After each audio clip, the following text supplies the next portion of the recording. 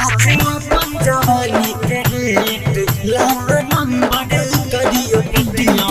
लाइस final करियो पिटिया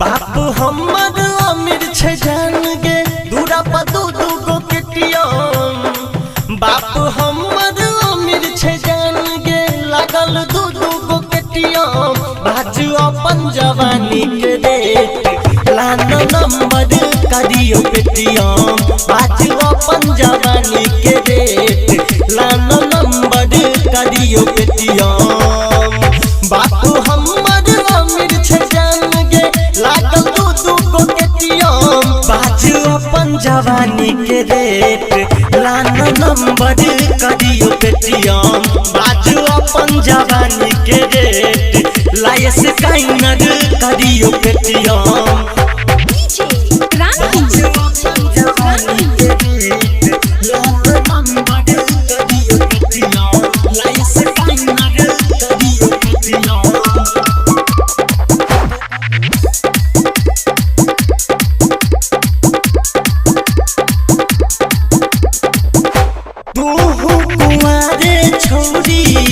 हमहु कुमार छी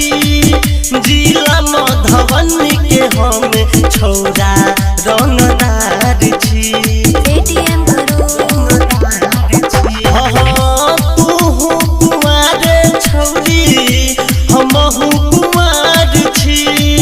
जिला मधवन के हम छौरा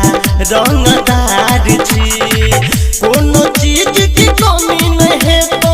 भरल पूरा एटीएम कोनो चीज की कमी नहीं है तो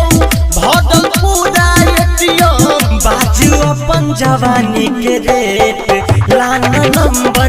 करियो पेटियम बाजू अपन जवानी के रेट लाइस काइनर करियो पेटियम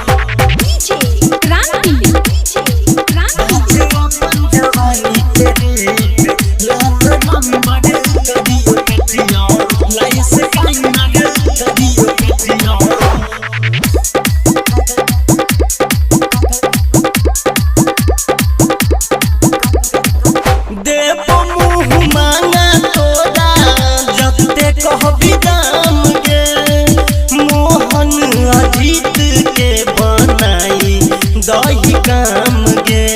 एटीएम करो देबो मुँह मांगा तोरा जते कहबी दाम गे मोहन अजीत के बनाई दही काम गे कल तू मैनेज गे सोना लगे बेसी कम कल तू मैनेज गे सोना लगे